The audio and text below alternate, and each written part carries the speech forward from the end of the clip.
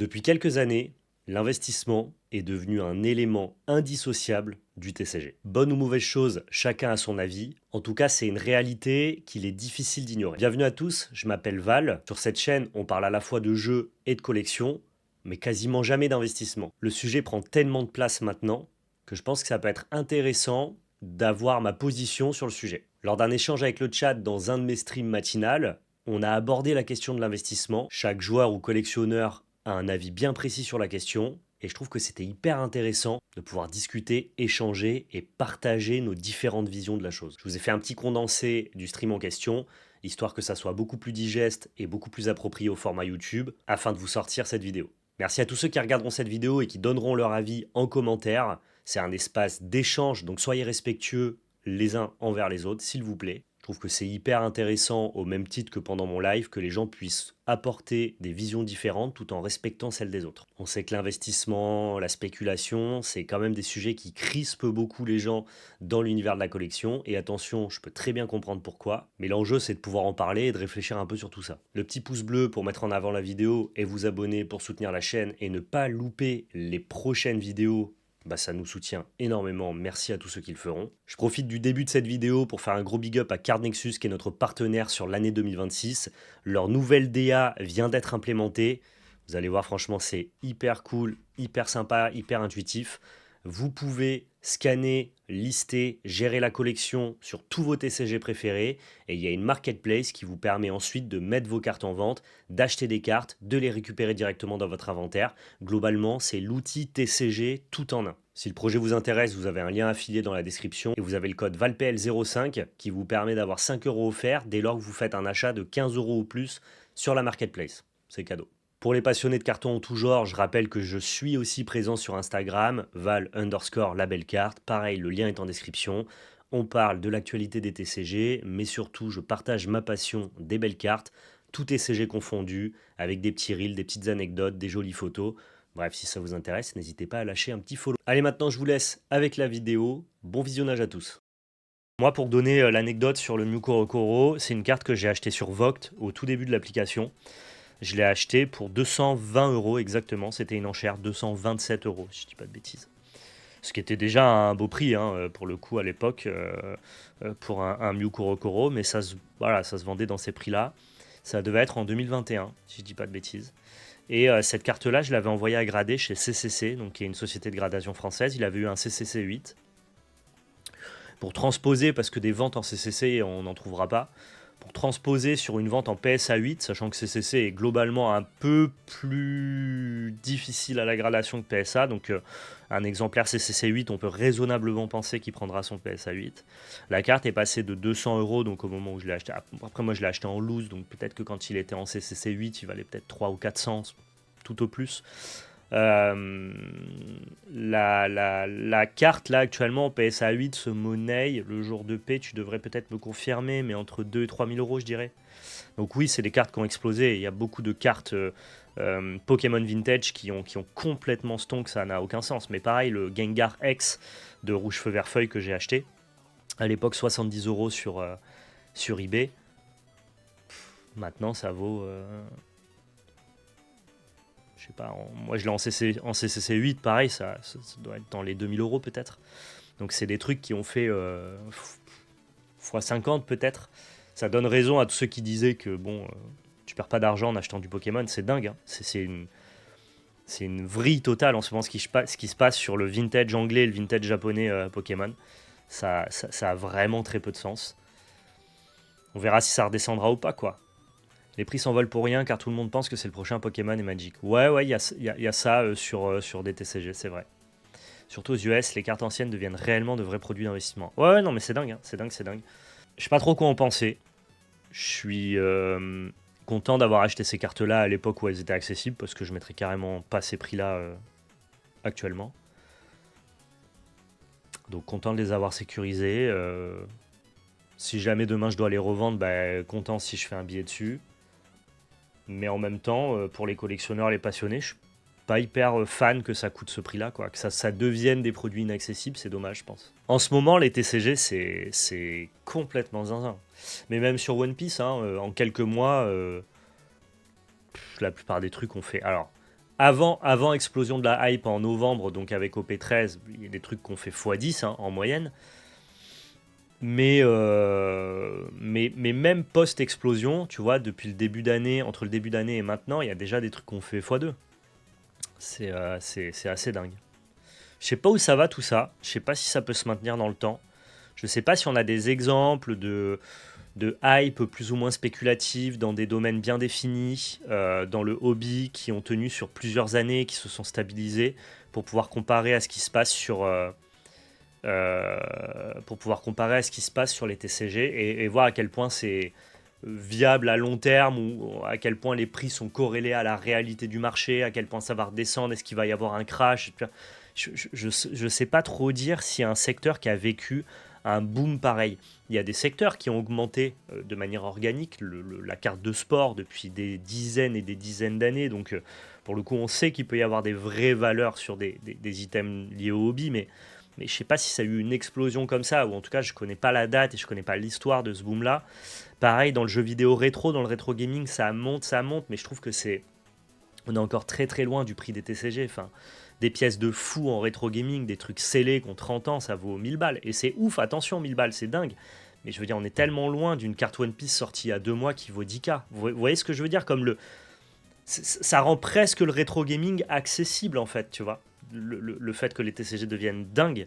Et le rétro gaming, pareil, j'ai pas eu l'impression qu'il y ait un boom, j'ai l'impression qu'il y a eu une espèce de montée un peu constante, avec peut-être une stagnation des prix même actuellement. C'est fou ce qui se passe. C'est fou et je sais pas à quel point c'est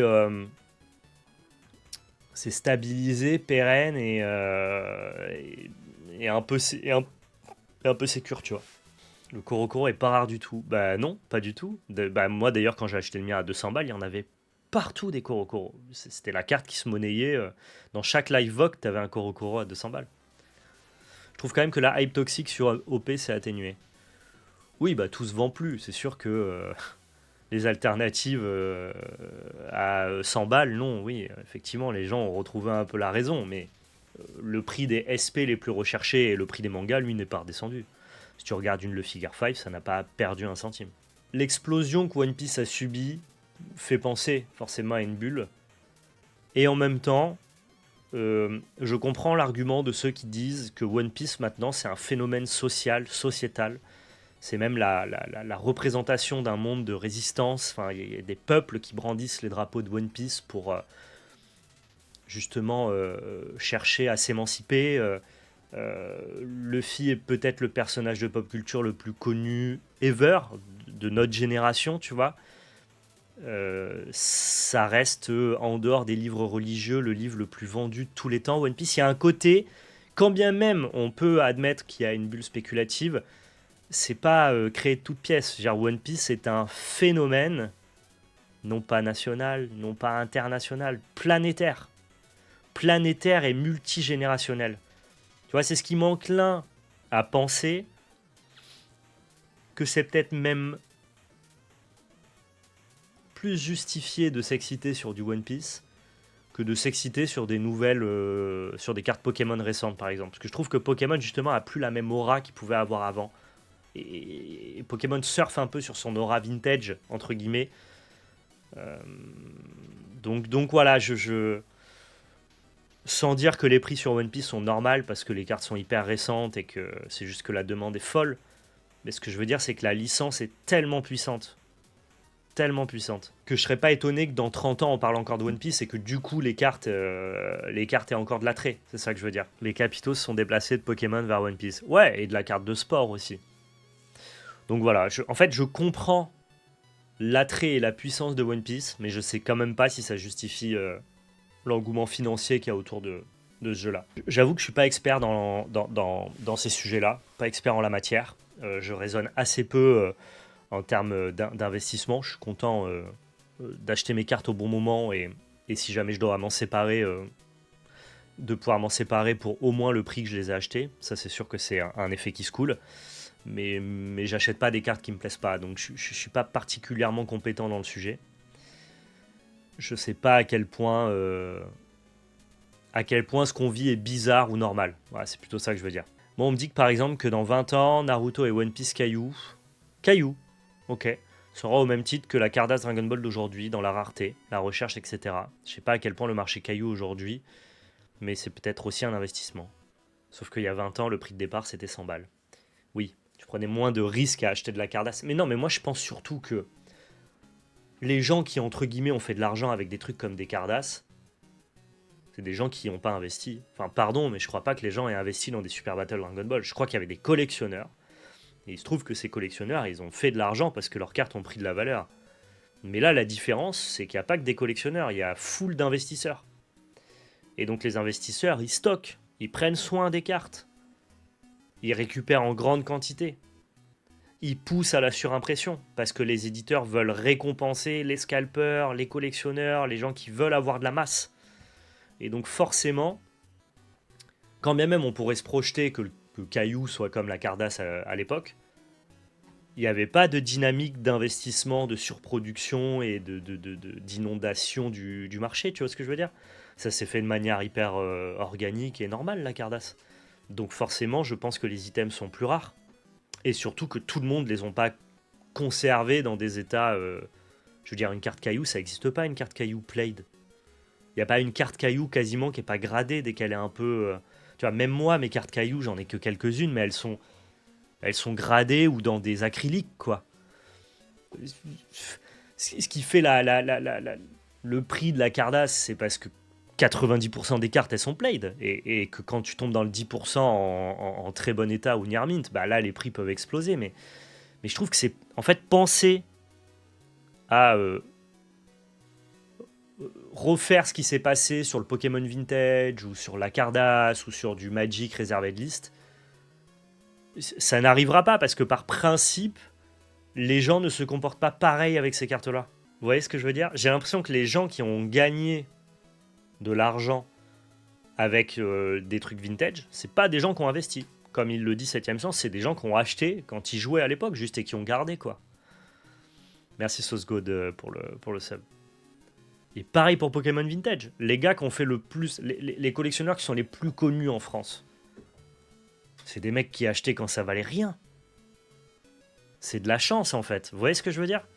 Est-ce que maintenant qu'il n'y a plus cette dynamique de chance, mais qu'il y a un truc hyper intentionnel, hyper calculé, est-ce que ces mecs-là, ils se foutent pas juste le doigt dans l'œil, quoi? Puisque tout le monde pense comme eux. Pourquoi la demande, elle augmenterait subitement dans 30 ans? Puisqu'il y a 30 ans de ça, tous les mecs, ils ont déjà fait ça. Les gens espèrent reproduire quelque chose de hasardeux, de naturel, de manière hyper calculée et... C'est la comparaison entre la vie et le clonage, quoi. La vie, c'est un miracle. C'est un hasard. Et Pokémon Vintage et la Cardass, c'est un hasard. Donc ouais, moi, je suis sceptique sur le fait que ça fonctionne aussi bien que... Je ne serais pas étonné, attention, que certaines cartes aient une plus grande valeur dans 20 ans que ce qu'elles en ont actuellement. C'est pas le débat. Mais le tout est investissement. Ceux qui pensent qu'absolument tout fonctionnera, je pense qu'il y a des gens qui vont se planter, quoi. Si tout le monde garde du scellé et du gradé dans 30 ans, il y aura que du gradé et du scellé neuf. Pas comme les Dracofeu qu'on finit à la machine ou sur le béton. Bah ouais. Donc voilà, j'ai pas d'avis, j'ai que des réflexions sur ce sujet-là. Mais attention, il y en a qui s'y intéressent beaucoup plus, qui ont beaucoup plus de connaissances que moi, qui ont des projections plus intéressantes et plus argumentées que la mienne. Mais c'est sûr et certain qu'on reproduira pas à l'exactitude ce qui a pu se passer, par le miracle du hasard, en fait. Là, c'est trop calculé. Il y aura pas assez de gens, je pense, qui vont chercher ces cartes-là plus tard, puisque justement, ils les ont déjà sécurisées étant plus jeunes. Un constat très simple, hein. Si on avait conscience de la sécurisation de ces cartes et de la dynamique d'investissement sur de la Cardass quand j'avais 10 piges, bah, j'aurais gardé mes Cardass. Je les aurais pas toutes jetées ou données et j'aurais pas voulu les récupérer maintenant. Et je peux vous assurer que tous les minots là qui ouvrent du Pokémon, même à 10 ans, hein, ça parle que d'argent, que d'investissement. Ils ont 10 ans, hein, mais ils savent très bien. Ils savent très bien quelle est la mécanique liée autour de Pokémon. C'est les parents en plus qui, du coup, protègent les cartes des enfants. Il y a un truc où il n'y a plus du tout d'innocence, tu vois. Quasiment plus en tout cas. Aujourd'hui, plus personne n'est naïf, même en disant ouais, on n'a plus cette naïveté. Et c'est cette naïveté qui a permis à des cartes de faire x1000. Je crois que c'est fini les cartes qui font x1000. Quand une carte One Piece, elle vaut déjà 5000 balles maintenant. Bah certes, il y a des gens qui peuvent penser qu'en 20 ans, elle fera x2 ou x5. Et du coup, c'est énorme. Tu passes de 5000 à 25 000. Mais ça fera pas x1000. C'est impossible. Impossible. Le football, il a changé. Ah, bah le TCG, il a changé, bien sûr. Pour moi, si on veut reproduire ce mécanisme, il faut s'intéresser à d'autres médias qui, pour le moment, sont jetés à la poubelle. Ouais, complètement. Des trucs qui ont transcendé les jeunes générations, tu vois. Si jamais tu voulais reproduire ce truc-là, de manière très calculée, il faudrait que ça ne soit pas calculé collectivement, mais que seul toi aies cette idée-là. Et il faudrait t'attacher à récupérer des choses qui ont marqué une jeune génération. Des jouets pas de patrouille. Je donne un exemple à la con, mais vous voyez ce que je veux dire. Et je suis persuadé qu'il y a plein d'adultes qui ont acheté masse de jouets pas de patrouille, c'est sûr, en pensant reproduire ça. C'est parce que tu veux reproduire le mécanisme que c'est impossible. Oui, c'est vrai qu'il y avait la collection des... Et ça valait pas mal de thunes à l'époque. La collection des capsules de bière, ça a été très, très prégnant pendant un temps aux États-Unis. La collection, alors des dés à coude, je savais pas, mais la collection des timbres, la philatélie. Moi, quand j'étais jeune au collège, je m'étais inscrit à un groupe de philatélistes, typiquement. Et c'était, je pense, sur le déclin. Je pense que c'était un prof qui voulait transmettre sa passion aux jeunes générations et ça n'a pas marché. J'ai fait un an de philatélie et après, au lieu d'aller au club de philatélie, je préférais jouer à Magic, tu vois.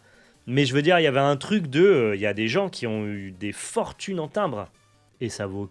Alors, je vais dire ça vaut plus rien alors que j'en sais rien. Il y a peut-être encore des timbres de grande valeur. Mais il n'y a plus de game lié à ça. Donc on verra bien où ça nous mène. De toute façon, si la réponse elle était simple, on n'aurait que des gens riches et fortunés. Et c'est pas le cas. Donc moi, ce que je dis souvent, c'est que finalement, tu peux pas être perdant si tu collectionnes ce que t'aimes. Quand bien même, tu peux quand même avoir la connaissance, la dynamique d'investissement en tête. Dire, moi je suis pas... je sais ce que valent mes cartes.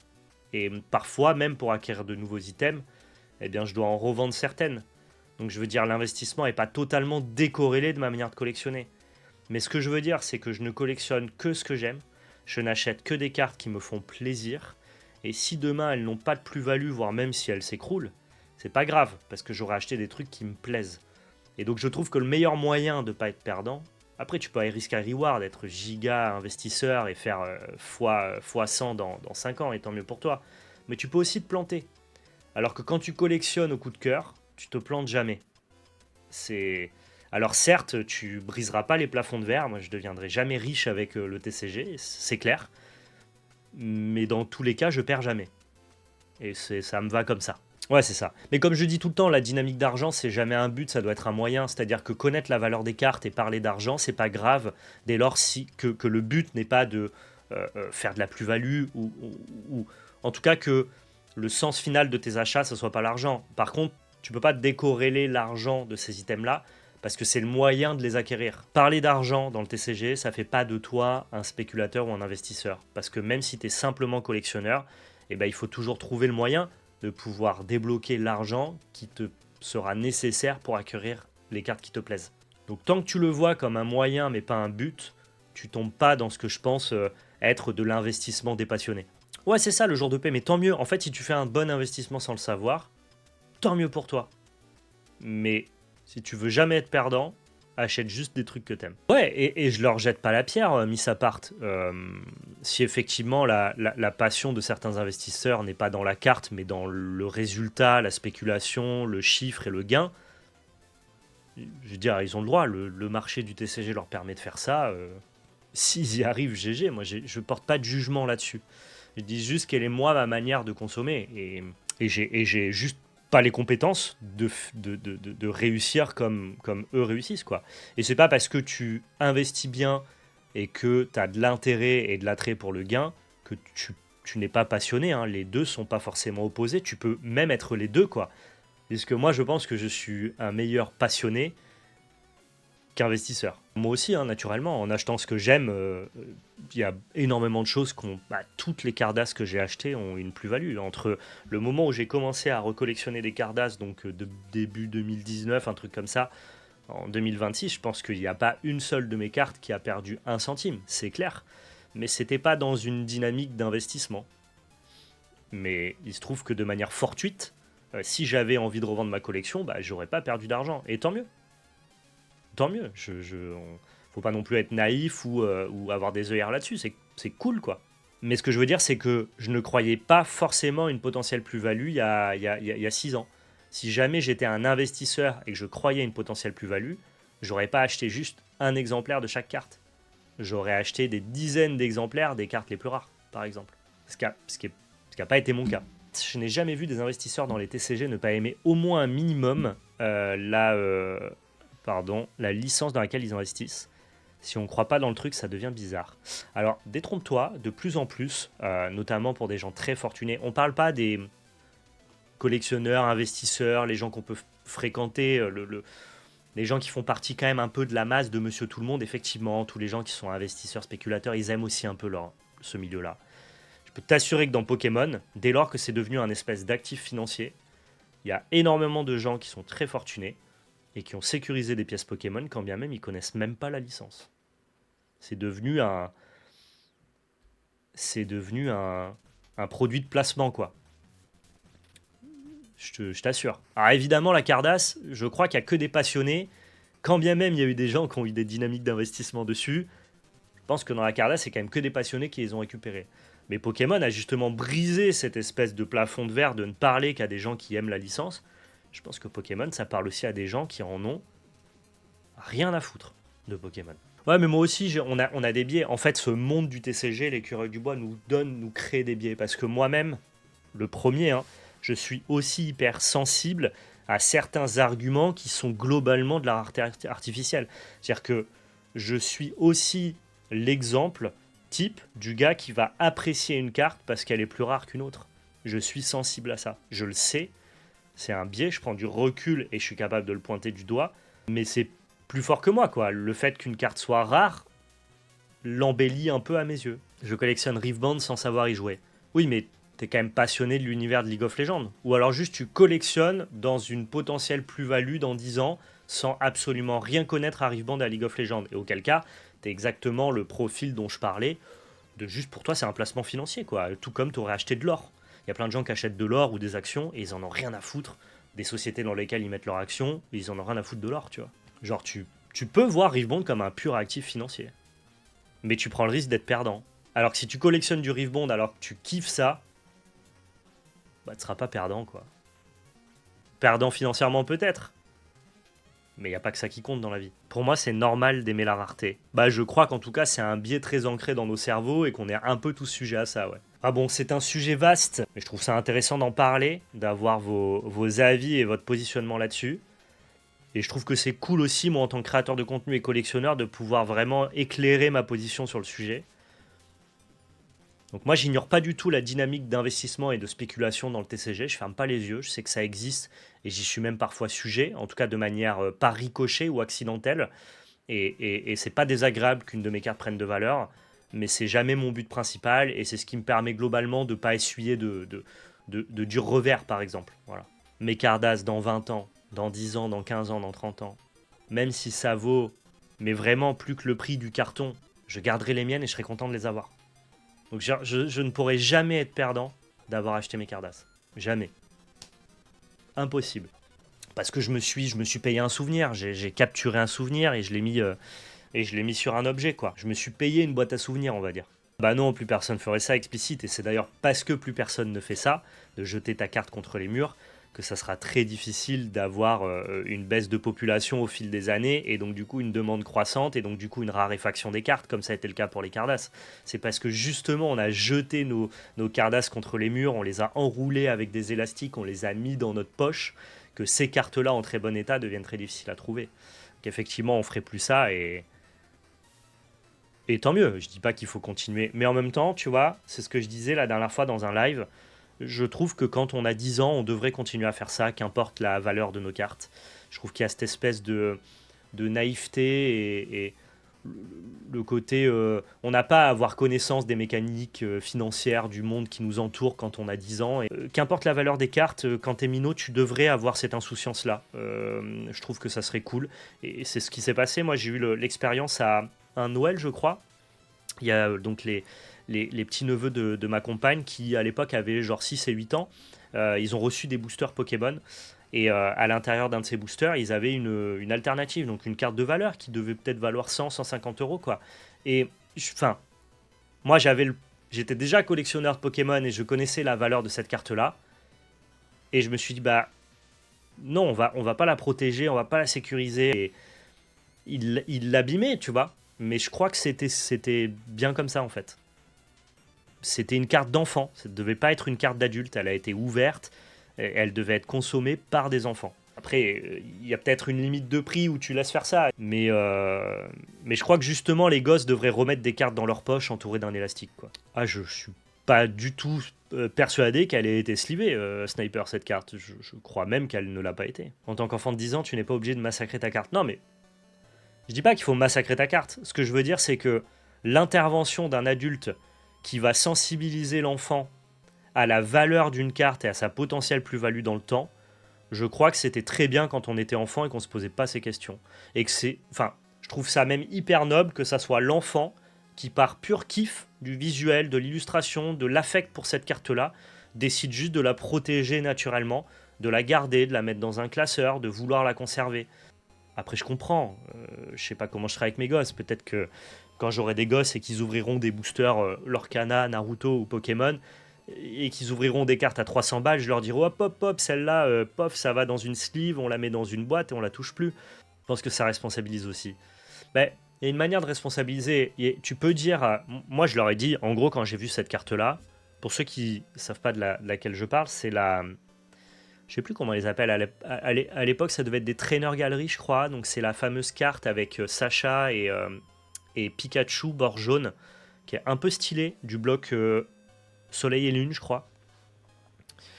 Et je leur ai dit, bah, cette carte-là, elle est très rare. Elle est très belle et elle est très rare. Et donc après, libre à eux de se responsabiliser et d'en prendre particulièrement soin, tu vois. Mais je veux dire, si un enfant, il manipule sa carte et il la met dans sa poche, bon, bah, c'est la vie, quoi. Elle a été ouverte par un enfant, c'est comme ça. Je voulais trop protéger mes cartes, mais j'avais pas de pochette, donc je les mettais dans des pochettes plastiques que je découpais, que je scotchais. Et putain, t'étais déjà hyper précautionneux. Moi, j'avais pas du tout ça, typiquement. Moi, mes cartes, c'était du jeu, en fait. J'avais pas.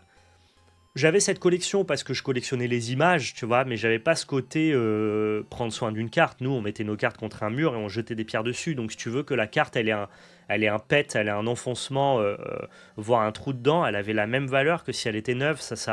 Il n'y avait aucune dynamique d'état, moi, quand j'étais jeune, dans ma manière d'appréhender les cartes. Et c'est ce qui m'a poussé adulte à vouloir récupérer ces cartes-là, finalement. Parce que si jamais enfant, j'avais eu la conscience de la conservation de mes cartes, bah, je les aurais gardées, en partie. Mais j'ai aimé. J'ai un meilleur souvenir, en tout cas pour la Cardass. J'ai aimé maltraiter mes cartes, les échanger, les jeter contre des murs, jouer avec, vraiment les utiliser comme des objets. Ça m'a créé des souvenirs que j'aurais peut-être pas eu si je les avais juste protégés et mis dans un classeur.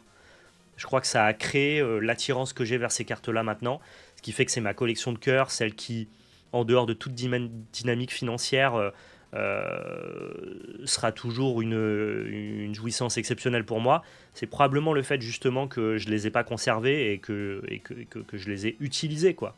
Tout comme j'ai un affect très fort sur le bloc Invasion, le bloc Odyssée, le bloc Carnage, parce que c'est les blocs de Magic avec lesquels j'ai commencé dans la cour de récréation, où pareil, je jouais sans sleeve, sur du bitume, où mes cartes du coup s'abîmaient, elles étaient frottées, mais on jouait, quoi. On jouait, on était des enfants et on jouait.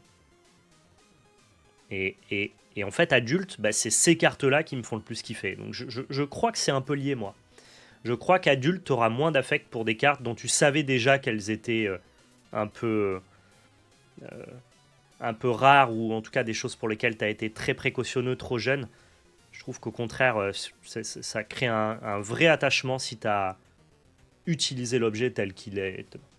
la manière dont ça a été pensé, quoi. Mais c'est peut-être une manière très personnelle d'appréhender la chose, hein. Moi, je cherche pas à vous imposer un avis, mais plutôt à vous partager mon ressenti là-dessus, quoi.